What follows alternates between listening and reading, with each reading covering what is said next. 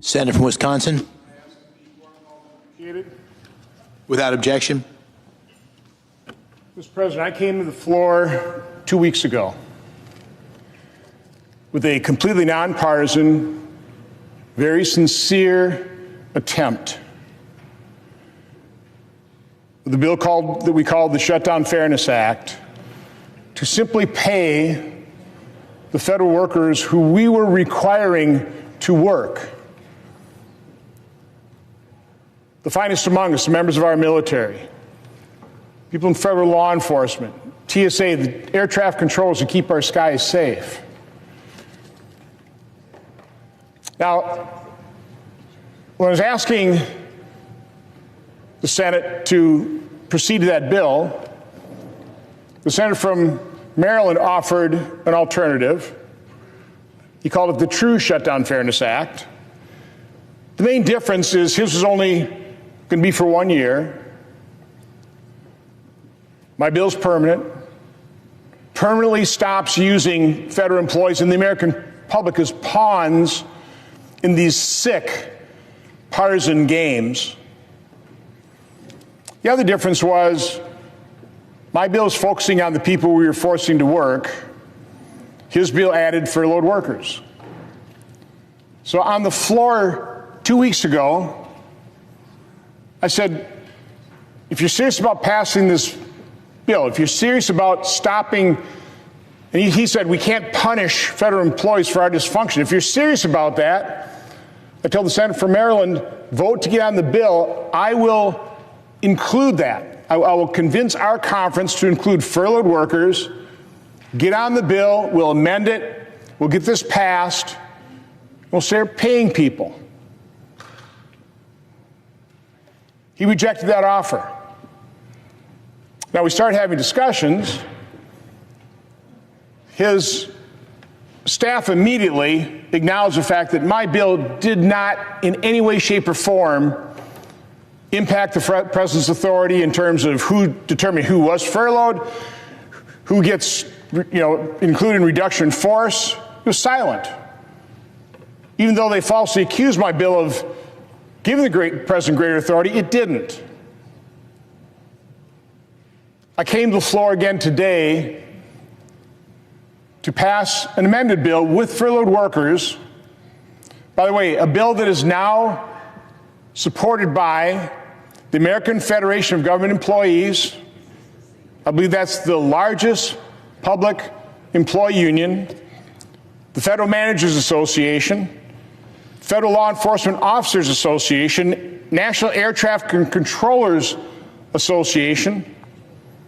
We're going to have the senator from Texas come down and talk about what is happening with air travel as we speak.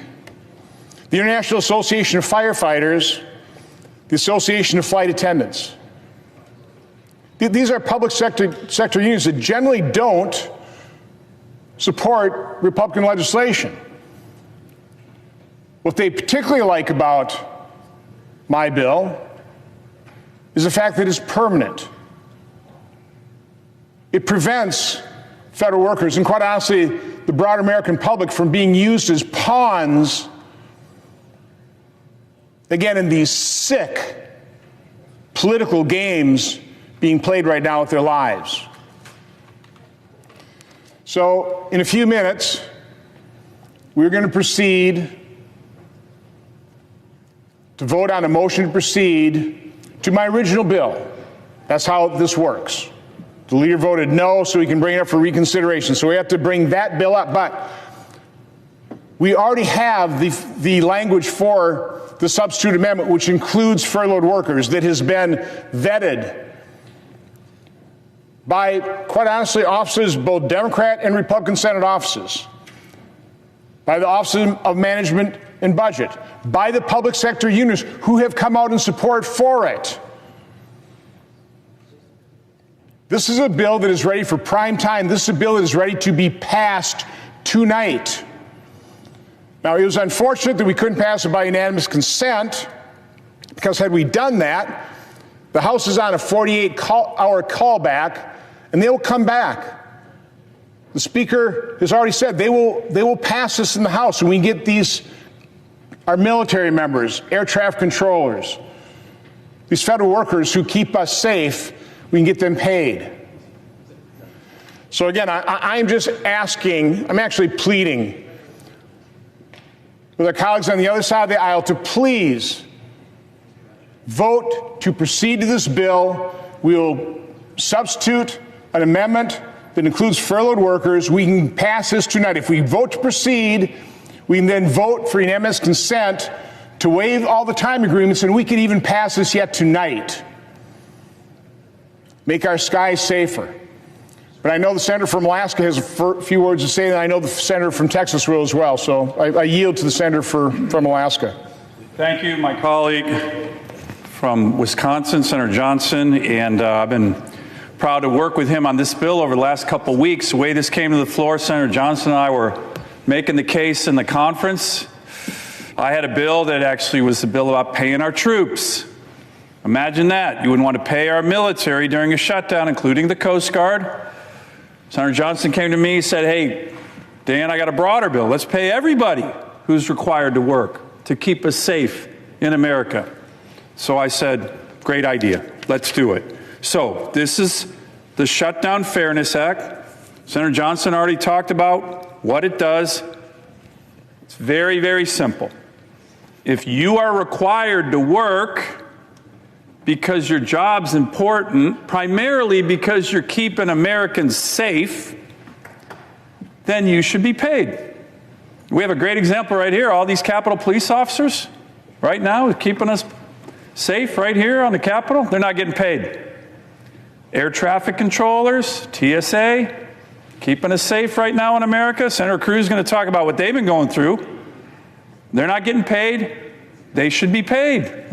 And of course, our military. President Trump has worked magic to keep them getting paid, but that's going to run out soon. So this is a very simple bill. There's nothing more American than paying people for their hard work, especially when the federal government is requiring them to work. So what happened? Oh, and by the way, Senator Johnson mentioned it's well over 200 groups now.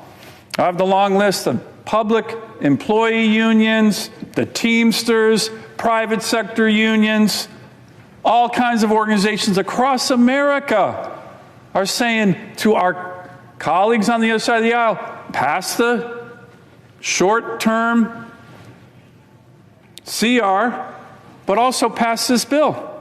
So what happened?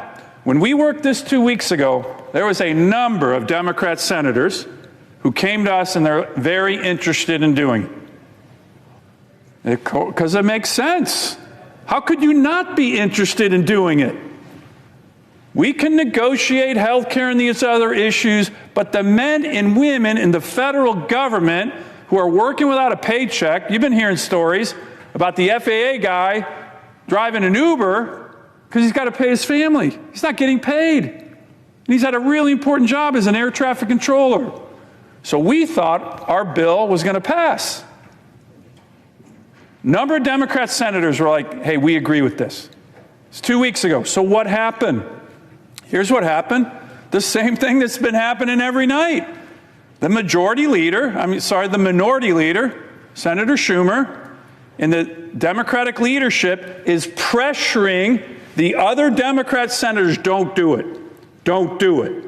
The pressure comes on them. It's happening right now. The pressure comes on. Don't do it. We got to make sure the left wing of the party's happy. You heard Senator Schumer recently that we're, quote, winning. We are winning the shutdown. I'll tell you who's not winning the shutdown. By the way, I have no idea who he's talking about when he says we, but I'll tell you who's not winning the shutdown. The men and women in America who work for the federal government who aren't getting a paycheck and are required to work. So that's what happened last time. Democrat senators are going to vote for our bill. And the leadership on the Democratic side, because they want to use these people as leverage, convince them, pressure them not to vote for it. So I hope my Democrat colleagues, at least 9 of you, actually it's 8 of you, have the courage to look at your leader and go, you know what, Chuck, sorry, I'm going to pay the Marines. I'm going to pay the Navy. I'm going to pay the FAA. I'm going to pay TSA. And we're certainly not going to use them, as Senator Johnson said, as pawns. Because right now they're being used as pawns. So here's the deal. To my Democratic colleagues, 2 weeks ago, a number of you were going to do this. We had discussions. And then you kind of got pressured to not. Show some courage. Walk up and vote with us to pay the men and women in America, federal workers who are keeping us safe and haven't gotten a paycheck. There's nothing more American than that. Have the courage to do it. I yield back to my colleague from Wisconsin. And I want to thank the Senator from Alaska. He has been so dedicated.